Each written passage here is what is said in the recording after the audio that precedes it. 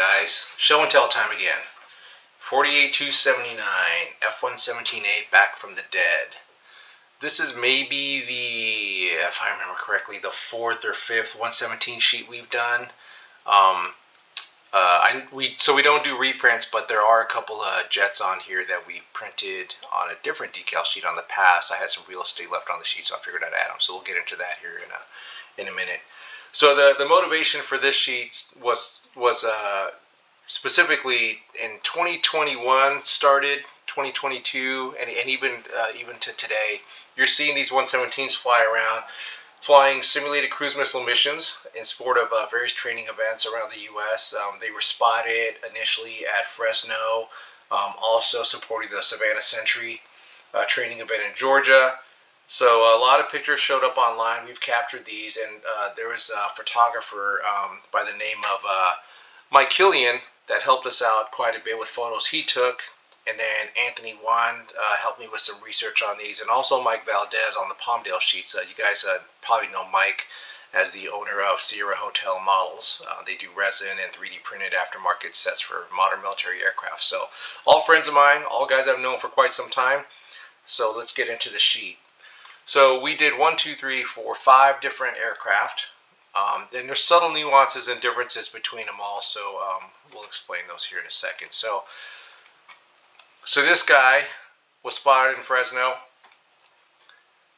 2 different names were on the canopy rest from what we've seen, and then the mission markings here were a holdover from previous deployments. So Cap or Conan, depending on what time frame, that's the name that was on this jet. There's really not a whole lot to say about these jets. They're black.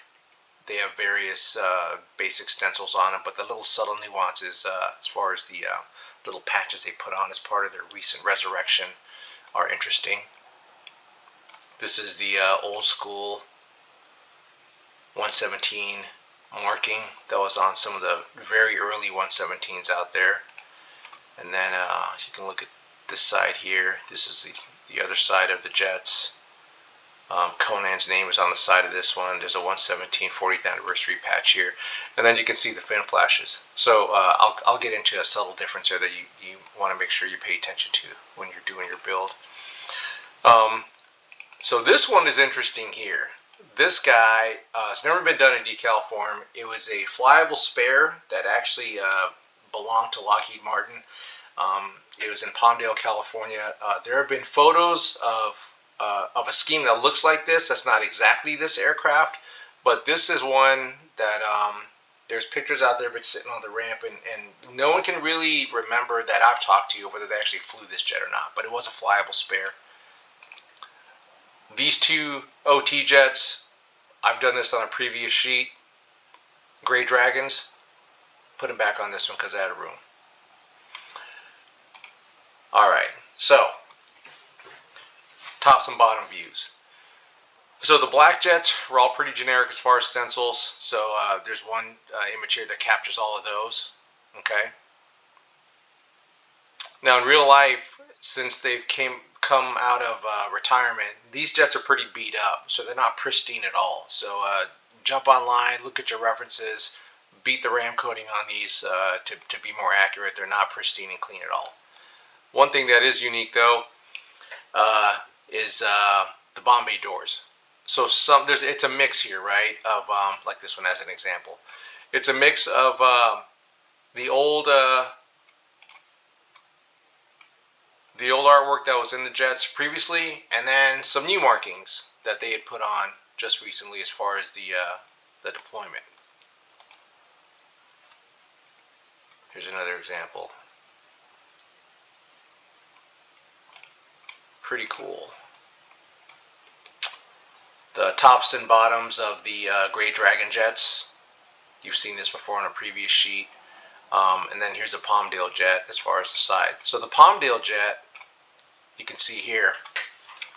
So the black is black. It's a traditional ram coating. The gray is actually a gray ram coating. And then you'll see here on some of the edges of the panel lines, they're fuzzy.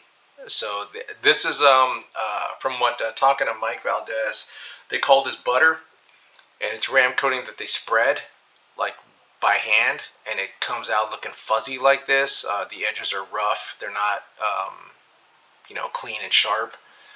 So replicate that as best as you can on your model. And then here's your paint color matches.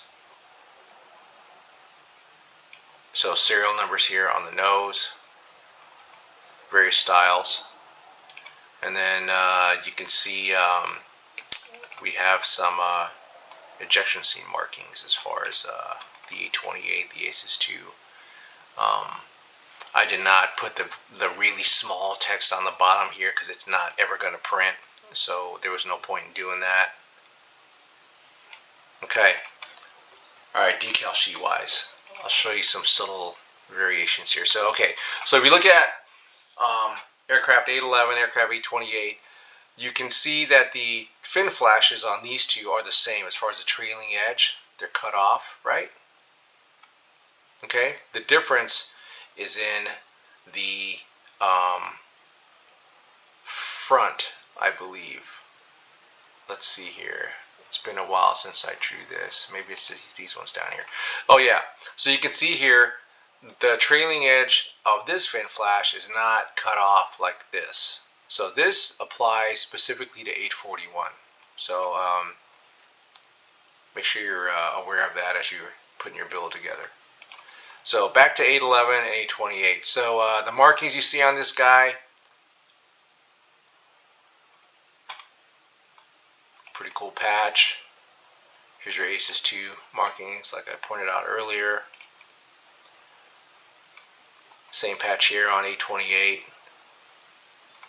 Stencils. The stencils, do what you want. Like I said, the airplanes are pretty beat up. A lot of these stencils, I provided a whole set of them, but it's on you to determine which ones you want to put on there and which ones you don't. So consult your references.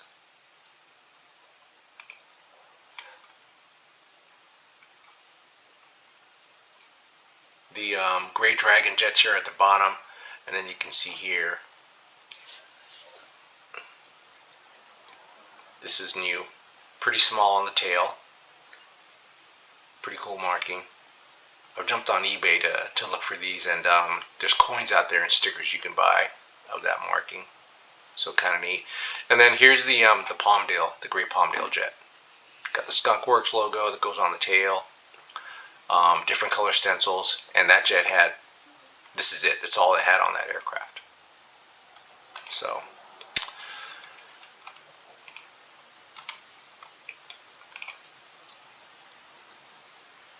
So that's it, guys. Interesting note on this aircraft. So I flew with a lot of guys when I was active duty that have gone on to work on classified programs and things of that nature. So once this program is classified on some level, but it was funny that one of the guys I flew with hit me up and said, hey, there's some guys I work with. Evidently you got some kind of decal sticker sheet for plastic models that are out there. They saw their names on the sheet and they were wondering if they could get a handful of them. So I get things like that all the time.